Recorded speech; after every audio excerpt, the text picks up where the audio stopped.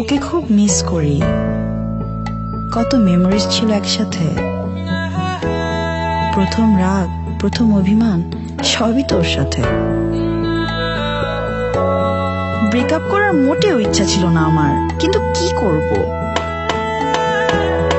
সবই ঠিক ছিল, খালি ওর মেন জিনিসটাই অনেক ছোট, মাত্র 2.5 ইঞ্চি স্ক্রিনের সাইজ, আর আসল কাজের সময় মাত্র 2 মিনিটে ব্যাটারি শেষ। আমার না ফোনের কথা বলছে।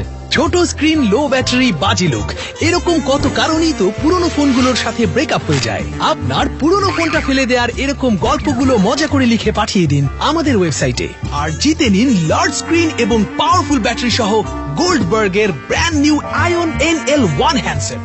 এখন কিন্তু ওর ব্যাটারি অনেকক্ষণ চলে।